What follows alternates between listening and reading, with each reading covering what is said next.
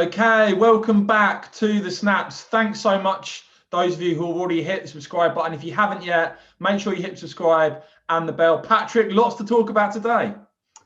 Yes, Michael, it's Europe Day here on the Snap, which we promise only to hold once every while. But we've got the richest clubs in England having set up a European Super League.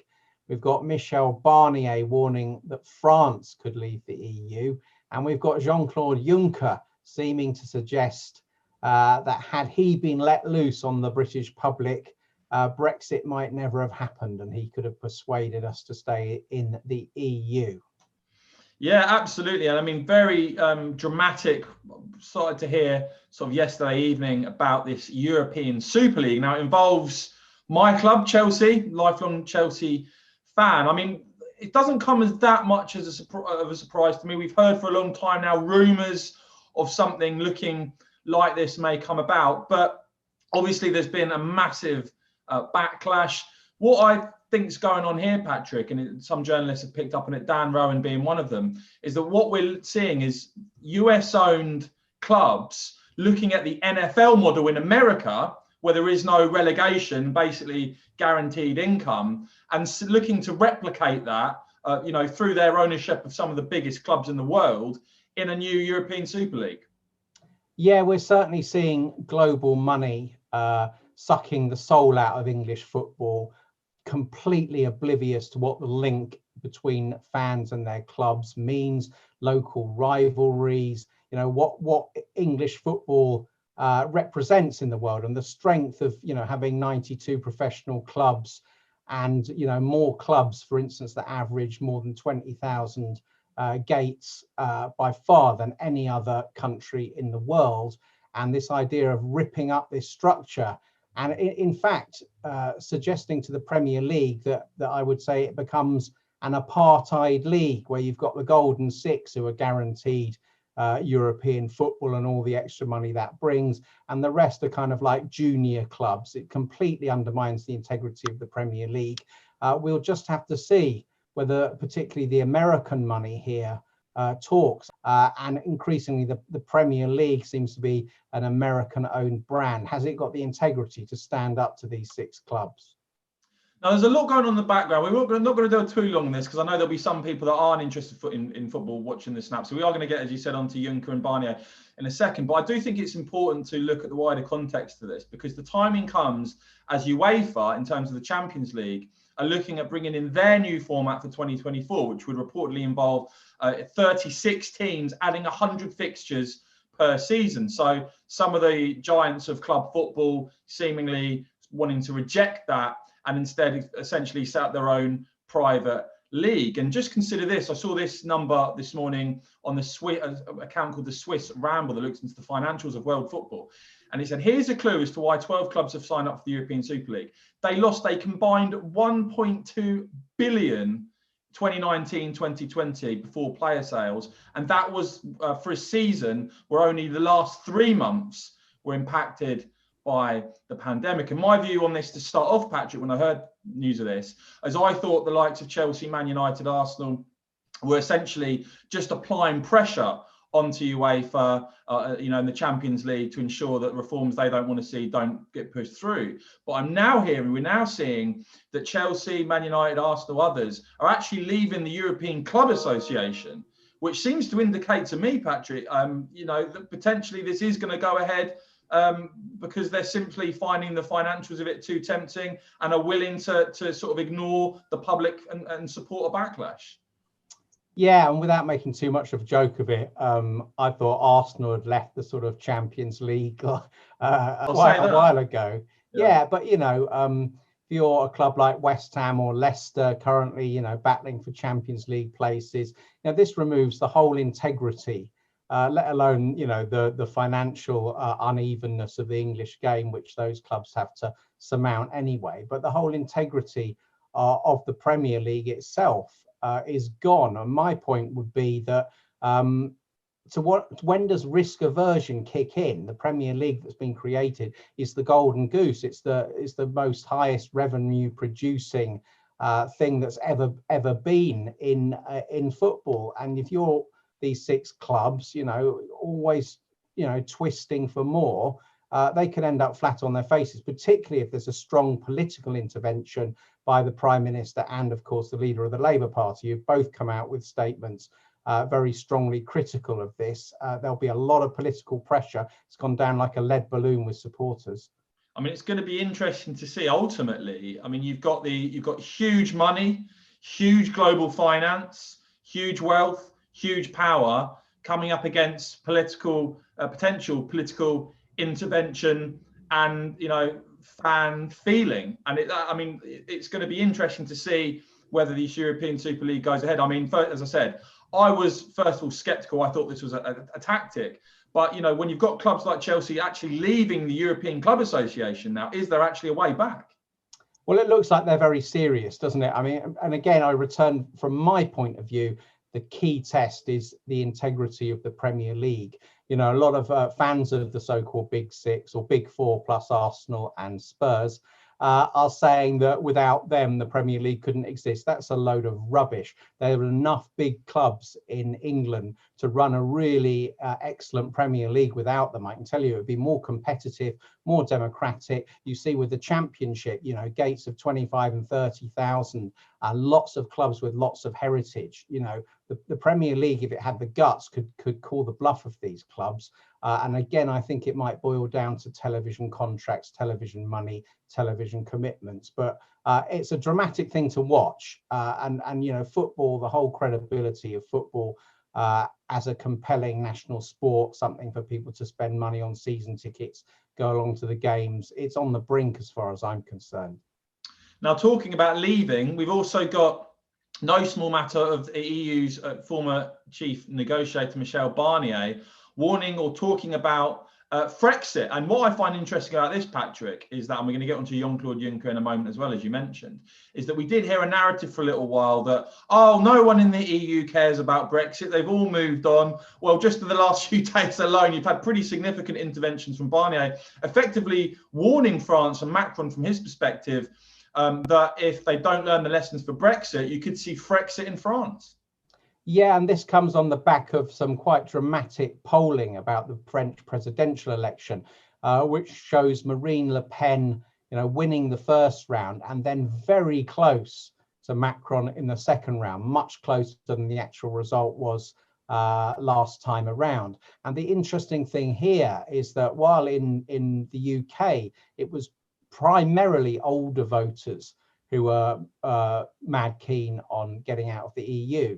In France, it's flipped the other way round because older voters, even the ones with natural Eurosceptic tendencies, tend to have their pensions and other savings and investments tied up in the euro, and they're therefore quite cautious about the idea of leaving the EU altogether. And you've seen Le Pen actually has dropped that explicit policy, but you're seeing a huge surge in younger alienated people looking to the nation state and really rejecting Europe on a wider front. So whether this all comes to the boil in time for next year's presidential election or as a slightly slower burn, it's still a massive problem for the European Union. I think without France, one of its big founder members, the whole project collapses.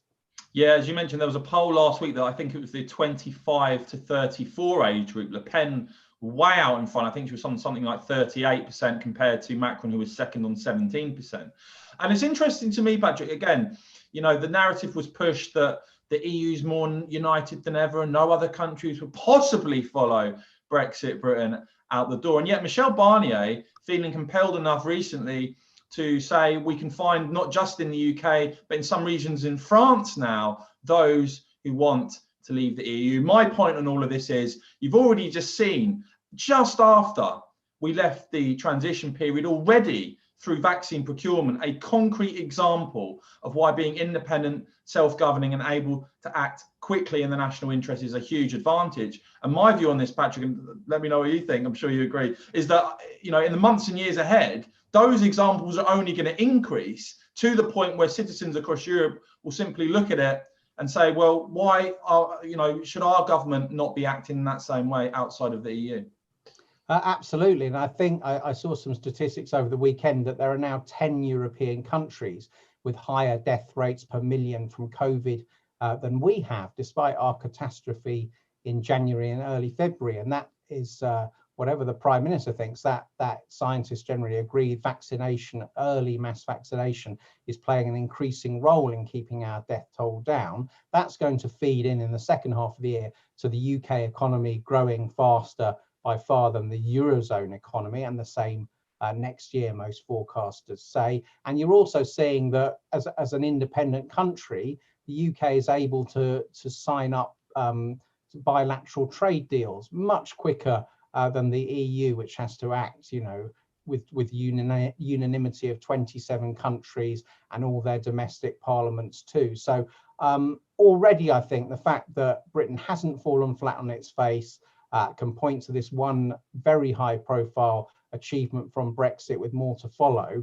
It will definitely be making other EU countries take note and think about things. And, France and, dare I say, Italy, two of the big three remaining countries within the EU, must be among the shortest price favourites for next one out the door. Yeah, now comments as well, as I mentioned, from Jean-Claude Juncker, of course, the former EU Commission president, who's again given an interview, I think this was the I newspaper, I website, saying that he shouldn't have listened to David Cameron, who told him not to interfere in the referendum debate, not to come to London, not to do interviews, Juncker's saying. And he said he's made the mistake because he did not defend the EU's point of view in the UK. I mean, we saw, didn't we, what the public response was to being told by President Obama that we'd been at the back of the queue, which of course was complete rot. What do you think, Patrick, the public response would have been if Jean-Claude Juncker had come over and tried to lecture the British people about why you must vote Remain? Well, I think from Juncker's point of view, he's probably belatedly realising that if you're lobbied by David Cameron, don't follow his advice. But I think all conventional analysis would say that having the Eurocrat in chief come over and start lecturing the British public about the great virtues of the EU, that was an accident waiting to happen. And you can understand why David Cameron and George Osborne, when drawing up their rather brutal Project Fear campaign, did not think that getting Juncker over to drum up some non-existent sense of EU patriotism in Britain was the way to go. So I think it would have been damaging. But the one thing you can say for Juncker is he is as well as being a bon vivant, he's something of an idealist for European political integration. And I think he rues the fact that he didn't set out the case which is so compelling to him. The fact is it would have bombed and made the Leave campaign victory even more decisive. But I've got the odd soft spot for Juncker myself. I've had a few kind of quips and jokes with him in the past. And, he's much more of a rounded human being than, for instance, his successor at the Commission, who's rather a colourless technocrat. Yeah, and again, what I find interesting about this, Patrick, is it's not the sense that Juncker and Barnier are sort of looking at the EU's bright future. They're actually still dwelling on Brexit, and I think that they know, are wise enough to know, that Brexit potentially poses that existential threat, because it has not been, the Project Fear nonsense that you referenced from Cameron, Osborne, etc., simply has not happened. We're already seeing clear-cut benefits. And so I think in the medium to long term now, increasingly, I think the true believers in the EU, in fact, we even hear that Michel Barnier could be a French presidential candidate himself. I think that they are starting to realise now that Brexit could have not just ramifications that it's had in terms of British politics, but as you mentioned, you could see movements grow quite rapidly now over the next 5-10 years in countries right across the continent, looking to gain the type of Brexit benefits that the UK will be enjoying.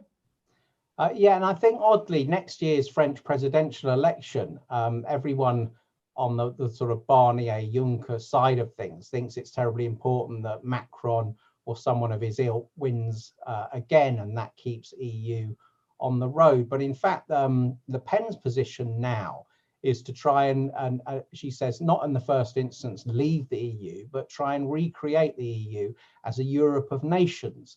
Now, oddly, if one of the big two found EU members in France was led by a politician seriously committed to that, then perhaps that gives the EU in the long term more of a viable chance of hanging on than if it just plows ahead with this ever closer union when there's issues, like migration, like control of your own economy, where clearly they're rubbing up much of the population of EU member states the wrong way. So I don't necessarily think, Macron squeaking home again sees the threat disappear. It could be just the opposite.